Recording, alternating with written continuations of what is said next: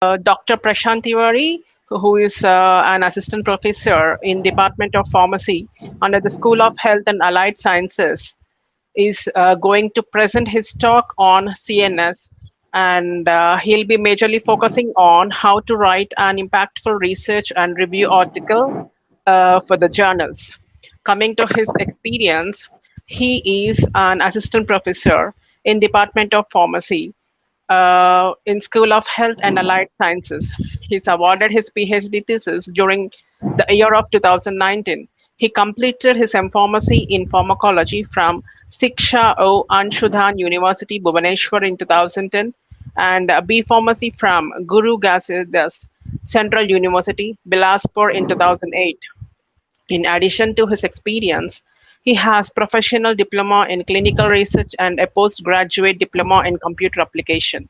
He is a lifetime member of multiple professional bodies such as Laboratory Animal Sciences Association of India, Society of Pharmaceutical Education and Research, and registered pharmacist.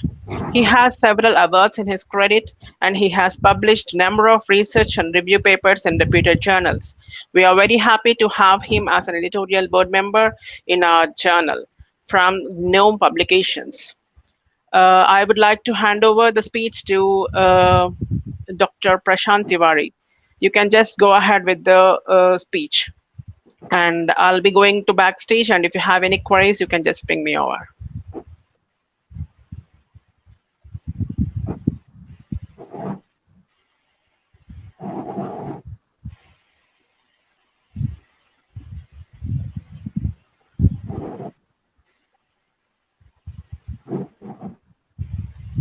Dr. Prashant.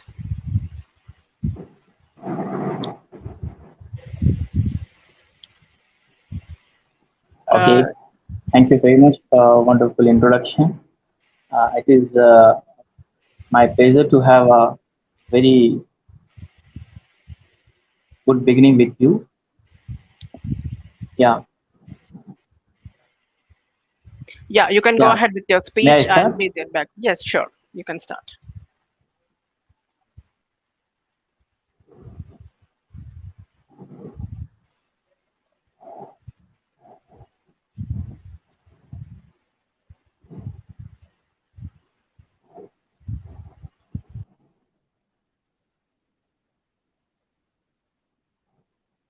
Okay, thank you. So, uh, as of now, as we have discussed so many things, and recently the coronavirus crisis is running across the world.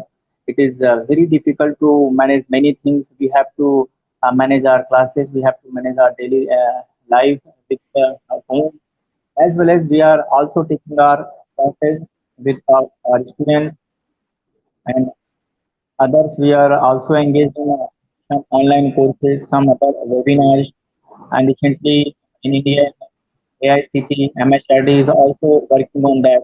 And as a part of continuation of this system, uh, I think last 10 days back, you people have contacted about the discussion, so I gave my consent. So let's talk about the central nervous system. Central nervous system is basically having so many activities. It is divided in so many parts like autonomic nervous system, peripheral nervous system, and it is well connected with the brain and spinal cord. And if we look forward, what are the diseases associated with CNS? So recently, due to the lack of dopamine, there is an Alzheimer disease, Parkinsonism, and other things are associated. So I will not continue on that because we have to discuss recently what are the requirement of journal, what are the requirement of some renowned publications which need a quality of research paper, quality of review articles. Most of the persons who are engaged in research activity and they would like to publish their research article, but at the very beginning, most of the scholars does not have any idea which journal should be selected for the publication of their research work or review work. So most of the time, they went to the Google there going to be some other social platform, but even they are not able to find. The reason behind they are still not able to recognize what are the factor, what are the reason behind not getting a good gender. As per my knowledge concern, it is depending upon our nature of work, then accordingly we can select a gender.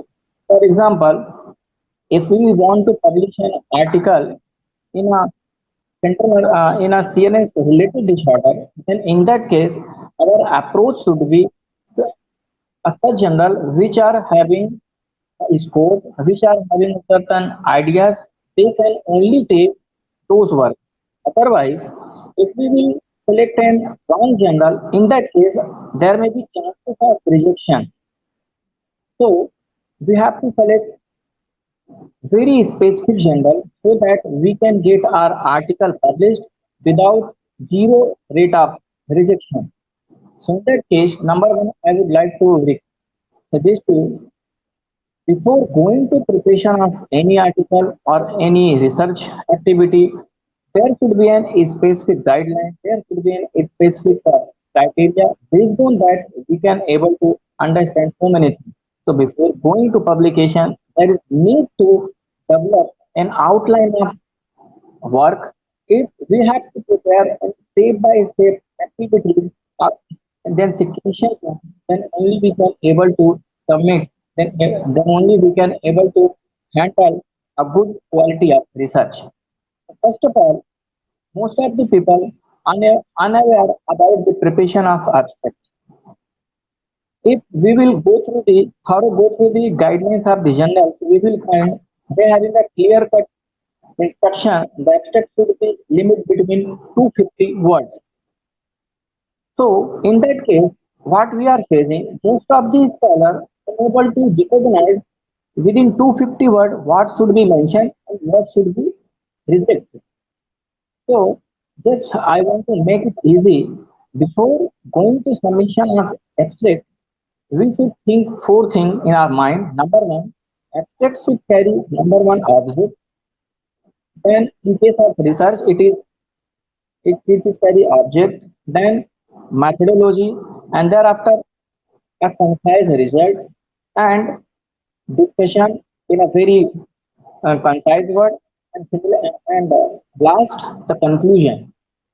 So we have to mention our thing 250 words, which include objective, methodology, result, discussion, and conclusion. Our abstract is a reflection of entire work because most of the journal does not in an open access mode. That means only scholar can read abstract. So in that case, what is happening? We are unable to get full length paper. So our abstract is a reflection of entire work. So we have to very clearly focus. Our approach should be very specific so that we can cover most of the important point in our abstract section only. And thereafter, what we are doing a big mistake that is keywords. General are having a specific guideline on 2 points also, like a keyword should be minimum 5 or 6 words, but scholars are unaware about it, and they are sometimes giving 3 keywords, 2 keywords, or even sometimes 10 or 8 keywords. So again, this is a very crucial point. If we are not able to find a guideline of the journal, then we cannot expect a good quality of paper or good quality of publication. Thereafter, we are coming to the introduction. In introduction part, most of the researchers have no idea what should mention in research statement, or they are even not aware about the quality of research work. In that case, they are not able to mention a good and legendary point in introduction. For example, if we are working on Alzheimer's disease, so definitely in introduction, it should be very clearly specified what is Alzheimer's disease in a simple statement. You have to mention and national and international figure of uh, Parkinson or Alzheimer disease, and thereafter we should have a recent or current existing treatment, but that treatment is available to counter the Parkinson or Alzheimer disease.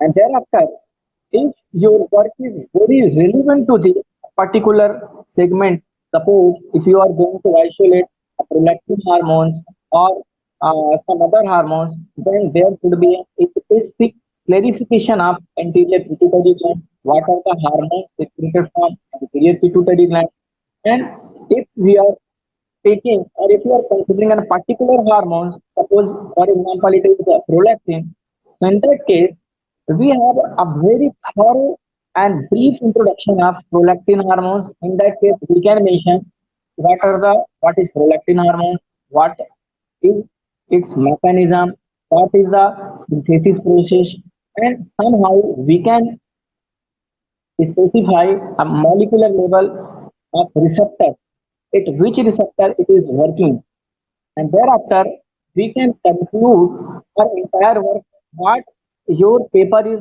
going to be covered. You can explain over there based on the above discussion. This research work would focus on prolactin hormones or anterior pituitary gland associated hormones, and the research work is basically targeted on prolactin hormones. Thereafter, we can start methodology. As per as my consideration and as per my experience, I have found so many difficulties whenever we are going to prepare and do research.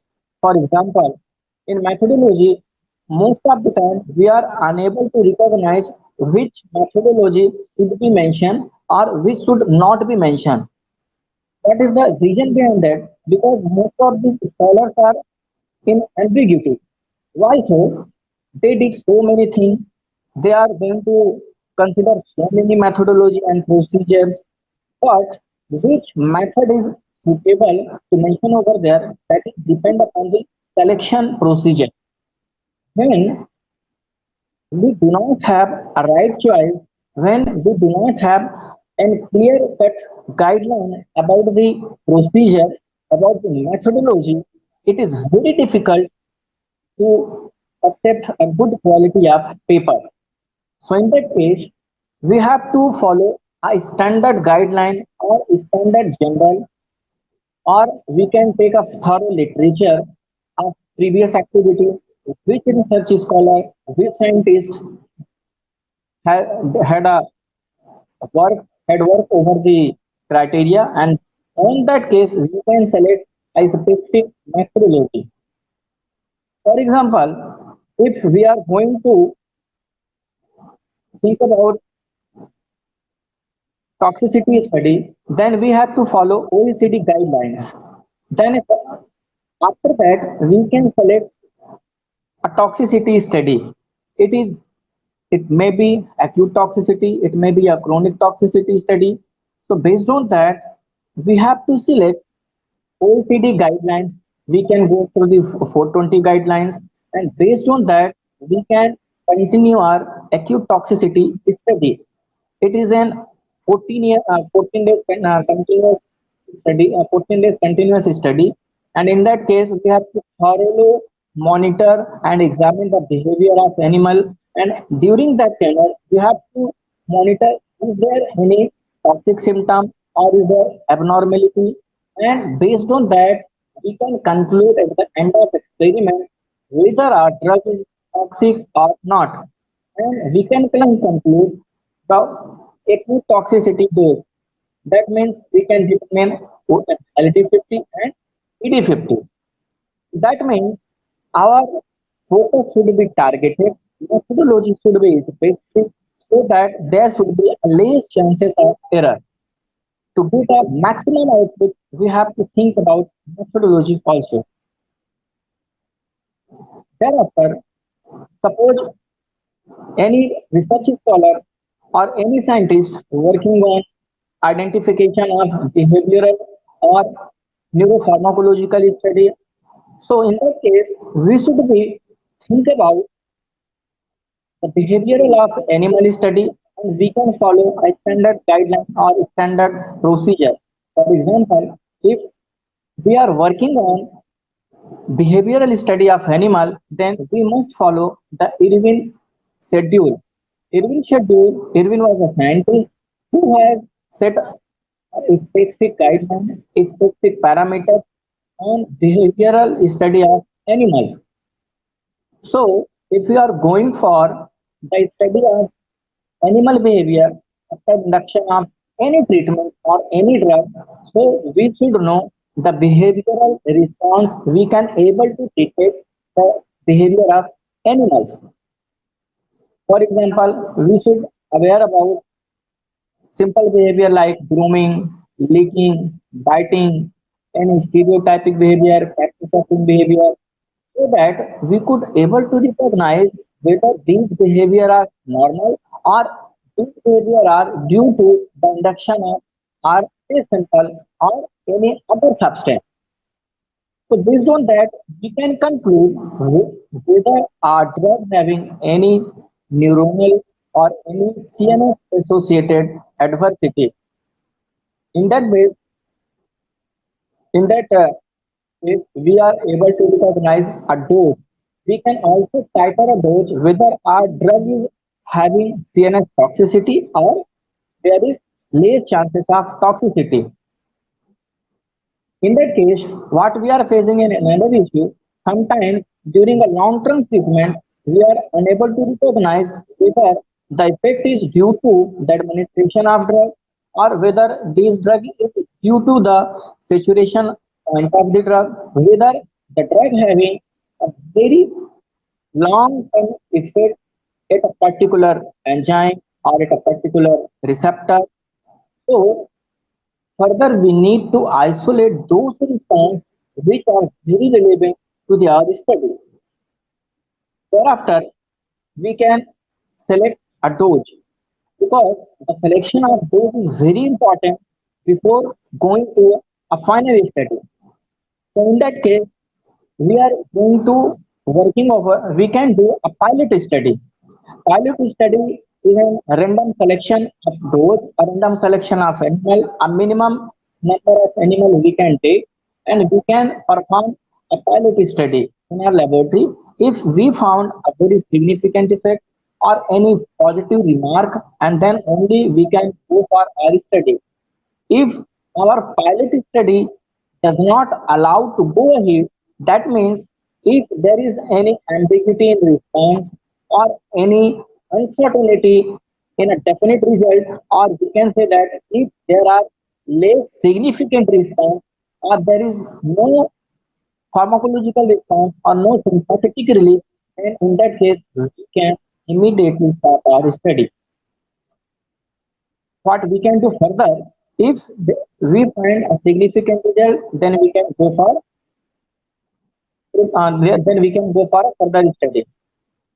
Then we can schedule a selection of animal and dosing protocol and the calculation of doses. If the dose has been prepared, then in that case we can go for further study. After result methodology, if everything is almost right, then the statistical calculation is very important. In that case, most of the researcher is unable to recognize which statistical tool should be applied to get an statistical data because the presentation of data is very important. Whatever we have done in our laboratory, whatever we have done during our research activity, during the research protocol, the statistical presentation of data is quite important. However, what we have done, so whether we have to very clear in that whether it is alternative study, whether it is null hypothesis. So a lot of software is available nowadays. We can go for SPSS, Excel state is there. We can simply put a data and we can calculate a ultimate output. If it maybe it is one-way NOVA, two-way NOVA, three-way NOVA. So in pharmaceutical industry or in and research methodology, we can simply go for the one-way NOVA study and we can able to identify whether our drug is significant or not. During my study or during my PhD tenure, what I found a very good experience. I would just wanted to tell you that one of the general reviewer asked me, okay, you have applied statistically data, statistics, that is wonderful, but can you tell me, Mr. Tiwari, what is the significant level? Whether it is 90%, whether it is 95%, or whether it is 100%. Like if it is 0.5, then if probability is 0.05%, it is 95%. If it is 0.01, it is 90%. If the level of significance is 0.01, so it is considered as 100%. That means the probability may be 90%, 95%, or 100%. So most of the time we are unable to recognize this very important point, because if we could not justify our data, if we could not justify our result in a statistical manner, then we could not expect a good output. So in that case, there should be an specific guideline mentioned in different journal and different guidelines. So before going to apply the statistics, before going to publication, your data should be very concise and very specific, and it should be presentable so that a less chances of error may be there, because this is coming into an international portal. This is coming in into an online portal. Many researchers, many scientists, many professionals will go to the research article, and if we will represent any wrong data or manipulated data, it is very wrong practice. We should always try to present a very perfect and specific data, correct data, so that if any researcher or any scientist would like to work future, and if anybody want to reference these data, and if anybody want to adopt your methodology or procedure, these procedures should be very specific to be correct, so that there could be a least chances of error. Thereafter, we can proceed for result. The result part is very important, because if we are unable to present our research and we are unable to represent our output in the form of result, so it should be again a poor reflection of our research activity. So what we can do, results should be very specific. It should be related to the work. If we have done acute toxicity study, so the data should be presentable in a table form, and we should clearly mention what guidelines or what methodology procedure we had applied, and it should be mentioned in a result section what we have get during the research activity. And further, if we have selected the animal, so the basis should be very clear on which ground or on which basis animal we have taken for the study. Thereafter, if we have done any while the chemical estimation, or if we have isolated prolactin hormones or estimated prolactin hormones level, so the label should be presented in the result part. What is the measurement level? What is the unit of level of estimation of prolactin hormones? So it may be a nanogram per ml. So the unit should be very specific, so that if any researcher would like to take this data as a reference, so there should be no ambiguity regarding the unit representation of the data. Again, if any researcher have isolated or estimated dopaminergic level, so it should also be mentioned in a very well manner. It may be a statistical presentation, it may be a graphical presentation. If it is graphical presentation, the graph should be very specific, the DPI should be high, and it should be visible, because if the DPI is poor, if the picture quality is poor, so the printing will also be reflect. So we should be take care. We should take a lot of care because most of the organization, most of the publication house is also very strict upon these criteria, so that we should not get any ambiguity in that part also. Again, if any research scholar has done antioxidant activity, in that case, our data should be very specific. It should be in presentable form. Our data should be compare with a normal group or standard group or test group. So again, we have to clear whether our drug has very well compared with standard or control treatment or sample treatment, and it should be very specific, and a data should be reflected in table. If we are presenting a data in a table form, so it should be very clearly identified over the table.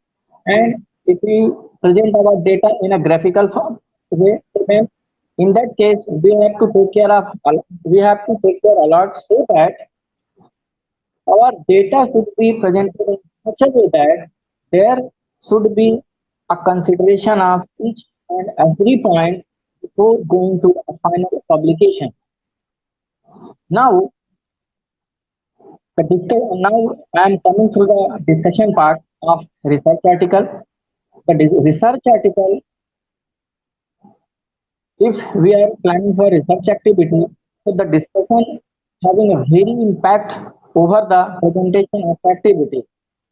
Most of the time, what we are doing, we are unable to identify what points should be mentioned in discussion section and what important section should be mentioned or it should be deleted from the discussion section. For example, our research is basically depending upon the justification of result activity. Whatever result we have identified during the entire study, the data should be scientifically justified and the data should be reflected to the discussion part also. For example, if any research scholar did antioxidant study, so what is the relationship or what is the reason behind doing antioxidant activity? And similarly, what is the reason behind doing the acute toxicity study? What is the reason behind estimation of prolactin hormones? What is the reason behind estimation of dopaminergic estimation? Or some other extrapyramidal pharmacological effect if anybody has done. For example, if they have identified their WBC level, RBC level, hemoglobin level, so then the discussion section, it should be also very clearly mentioned what is the relationship or what is the reason behind the extrapyramidal effect.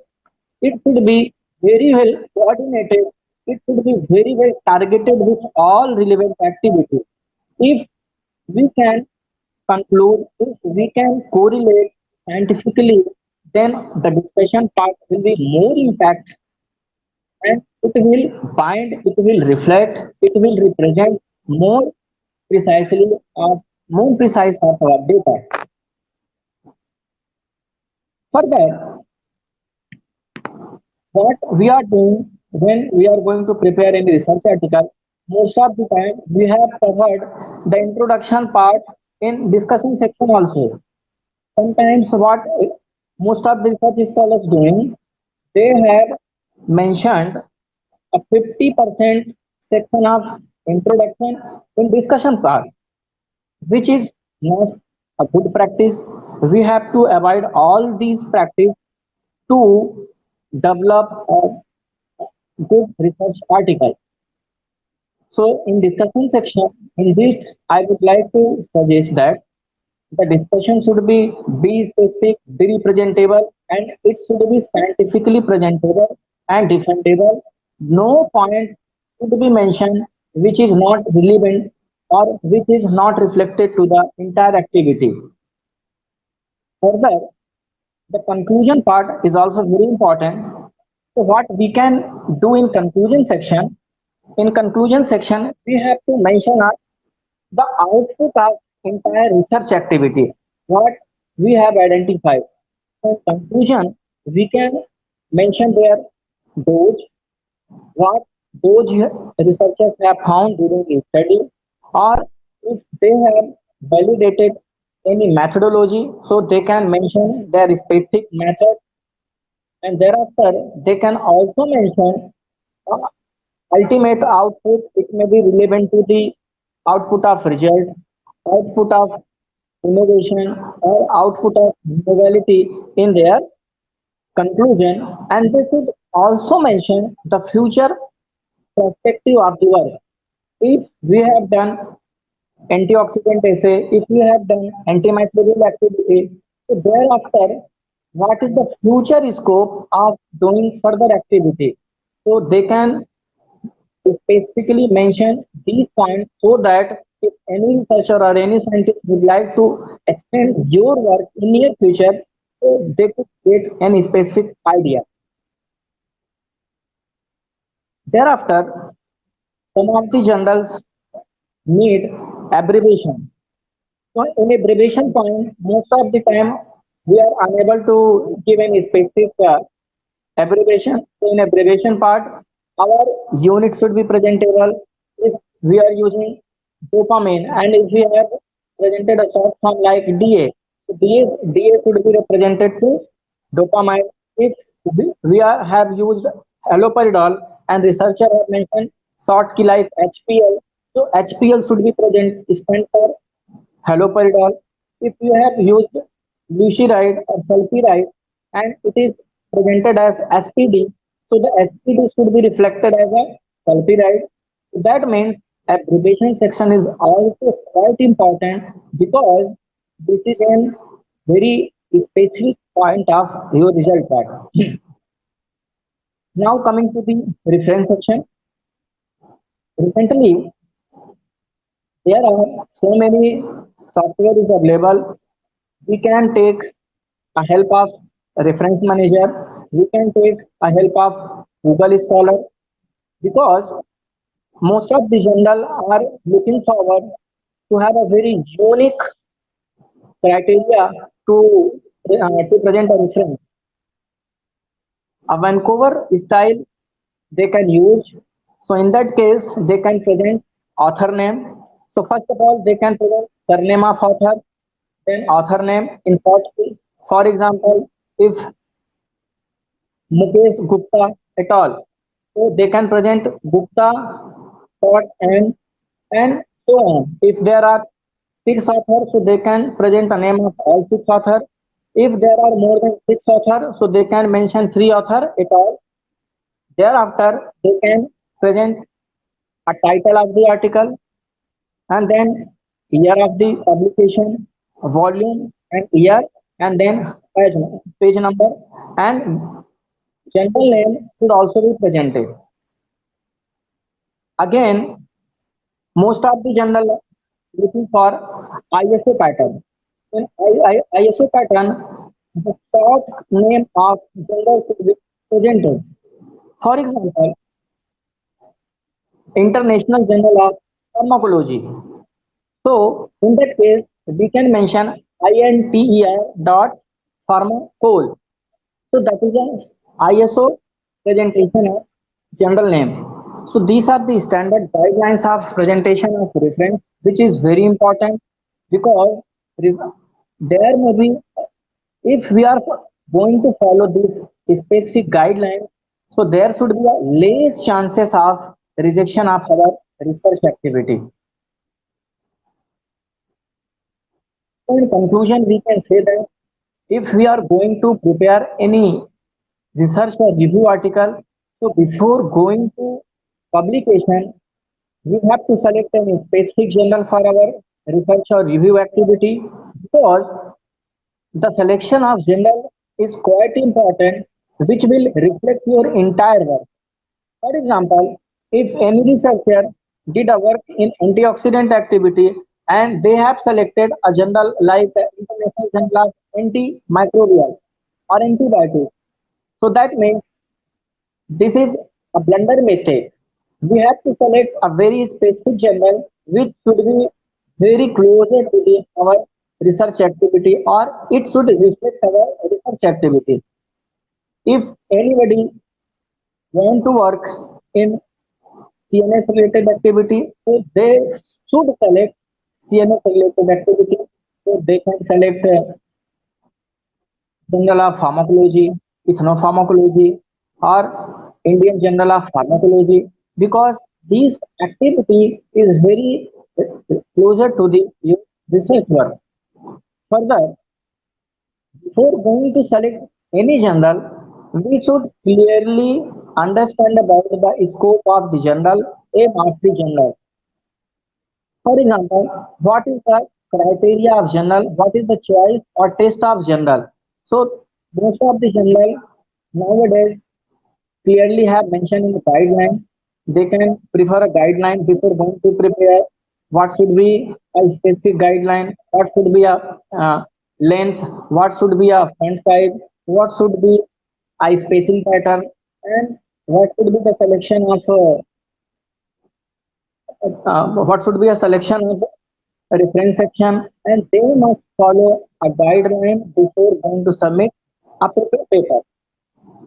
Now, before if the manuscript has been prepared according to the guideline of the journal, then before going to submit, we should have an acknowledgement letter or cover letter to the editor.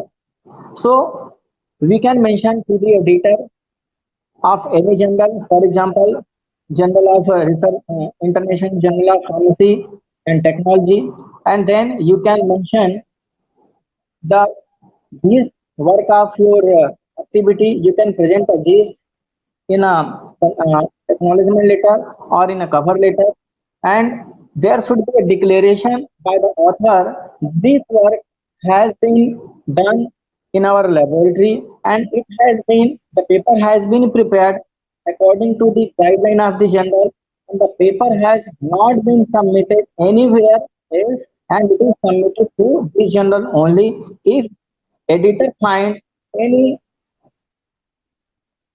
activity during the presentation, because most of the sometimes some scholars have submitted same manuscript in a journal, and simultaneously they are going to submit same paper in journal B. So it is an conflict of interest. So we should be very clear. Once at a time, we have to submit our research or review article in one journal, and there should be a specific declaration of conflict of interest. Author should declare the conflict, whether there is conflict or not. So they can declare we have no conflict of interest. I have found a very good interesting thing. Most of the research scholars are able to address or they are acknowledging their work to the research institute. They have mentioned we are very grateful to the organization for providing laboratory facility. So we should try to avoid such kind of acknowledgement. We can, instead of that, we can present if whether the work is funded or not, whether your work is financially supported or not. In terms of India, if it is funded by DSP, DBT, ICMR, UGC, AICT, then you can mention the grant number, and you can convey your greeting to the funding agency, because without fund that work won't able to succeed. So you can simply mention over there authors are grateful to the, for example, ICMR or DST or DBT for providing financial assistance in the form of fellowship or in the form of women scientist scheme or in the form of young scientist scheme for the successful conduction of or for the smooth conduction of research work, because it is very good sign and symptom if your work is being funded or it is supported, whether it is financially partially supported or fully supported or support of some other kinds. So authors should be very confined and they should acknowledge those points only, because it has a very great impact in the selection of your research or review article. Thereafter, the very important thing which I have found during the submission of research work, if the paper has been reviewed by the editorial team or some other reviewers and they have mentioned their specific comment, or if there is any question which is relevant to your research work, so the author must respond those questions within a prescribed time frame or in a stipulated time frame, or they can prepare a separate Excel sheet and they can mention a question in one hand, and in second hand against that question they can prepare their relevant answer which is required or which was demanded by the editor or reviewer.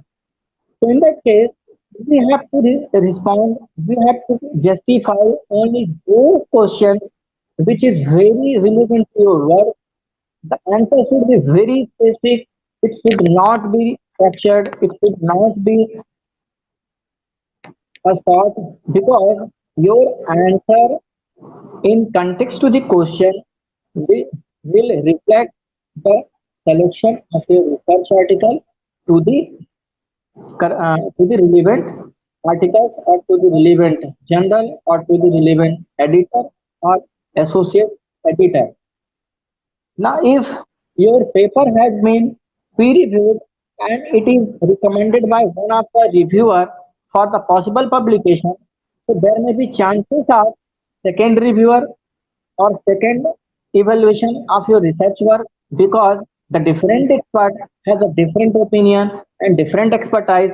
So based on their expertise, they can review your paper once again for to avoid any ambiguity or to avoid any error before final publication. So we should be take care of each and every point before final presentation, and it should be on time. It should be on duration, so that they should be very specific for the understand and for the publication.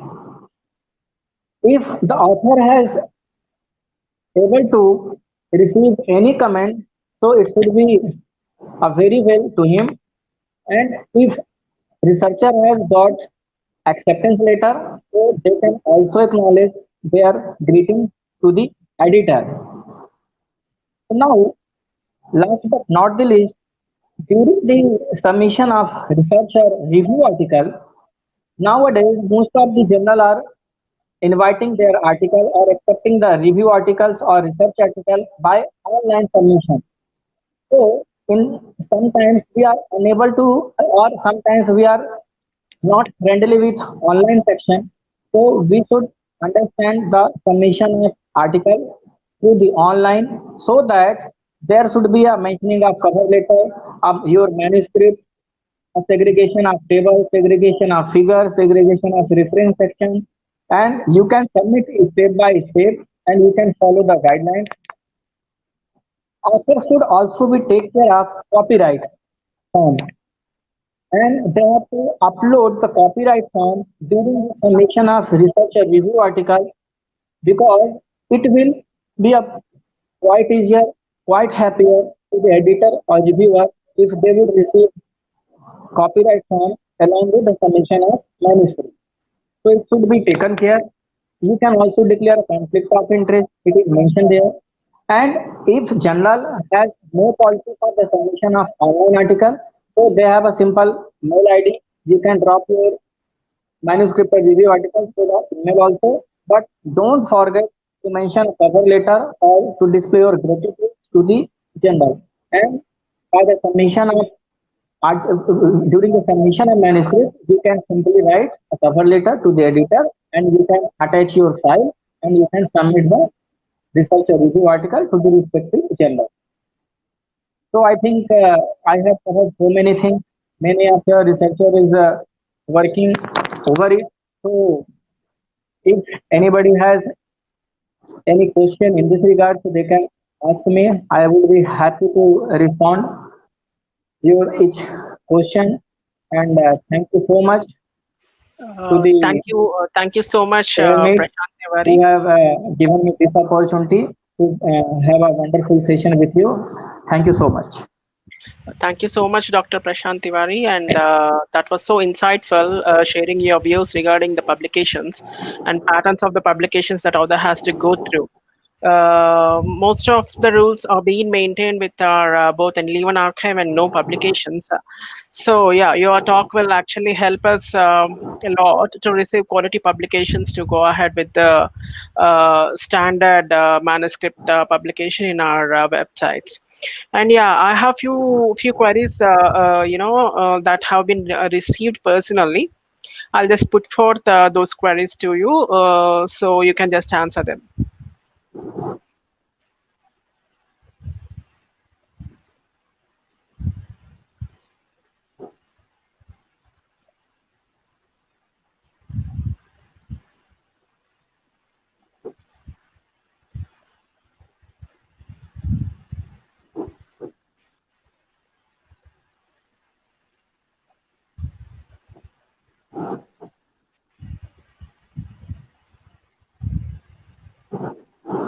Yeah, please. Yeah, the first and foremost question for this particular session would be, if at all the authors cannot follow all of the queries, then and all of the patterns or instructions that have been mentioned by you, is there any chance that the rate of Yeah, yeah, rejection will please be grown? tell me.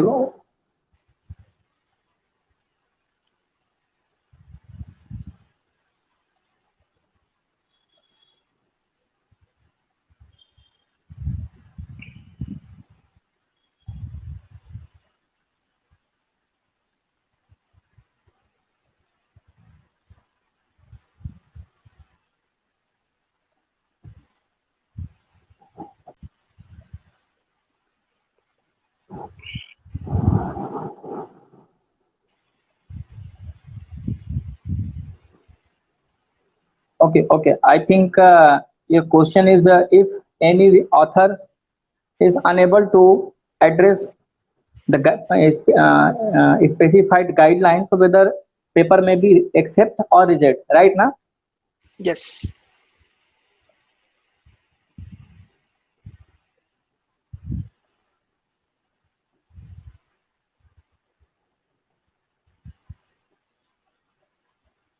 No, no. If any author does not follow this guideline, so initially, if we have submitted our paper, so the researcher should, before going to submit, at least researchers should take care of the guideline, even if they were not able to follow or they have missed certain points. So nothing to worry. Editor will give a remark over it, and author will receive an specific comment. You can revise your article. You can consider those points which is necessary, and you can resubmit it. So based on the criteria in terms of guidelines, the paper won't reject. Paper may reject if authors have a poor quality of work, or it is not scientifically presented, or there is no scientific value, or if the paper is not meeting the scope and aim of the journal. In that case, that paper may be rejected. Yeah. Apparently, to your words, I would like to add my points to the session. So, comparatively to your instructions that have been maintained and mentioned, I also want to conclude to all the participants that if at all you cannot, any other cannot actually follow the guidelines or instructions that have been mentioned either by your speech or in our instruction for authors, the author need not panic or need not feel bad that his article is not worthy. If the content is really good, we in the publishing house go through the copy editing and proofreading and page making parts of the articles, and hence there will be no issues for any other to get published with. If there is any problem with the content, obviously it will be asked for the revision and re-revision, according to the review comments that will be received by a blind review process, what we will be taking care of. So the manuscript structure that has been mentioned either in the speech or in the instructions are only to groom your article. And yeah, if you maintain that article, obviously that will be showcasing that you have experience in publishing. And yeah, I wish all the best for everyone to go ahead with this. Dr. Prashant, if you wish to add some more points to this particular thing, what I have delivered now, please go ahead.